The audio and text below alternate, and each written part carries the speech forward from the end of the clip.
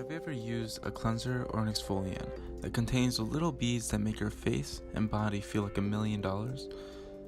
Have you ever stepped back and looked at the ingredients to ask yourself, what is making me feel this way? The answer are tiny microbeads, the size of 5 millimeters or less, and are composed of components like polyethylene and polypropylene. These tiny microbeads may look innocuous, and companies claim that they have improved exfoliating and cleansing ability, but they are really just a cheap alternative for large companies to replace expensive natural exfoliants with that of cheap plastic.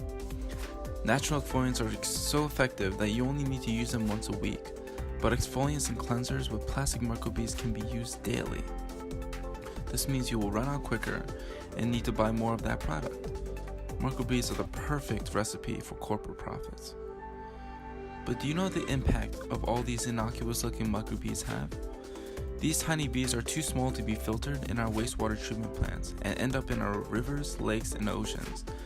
Not only that, but these plastic microbeads attract persistent organic pollutants and toxins like flame retardants and industrial chemicals, making them 1,000,000 times more toxic than the water around it. The toxic microbeads are consumed by aquatic life and then work its way up the food chain, eventually ending up in our dining tables one day. A study in California found that a fourth of the fish tested contains plastic pieces and fibers in their guts and tissues. So what do we do?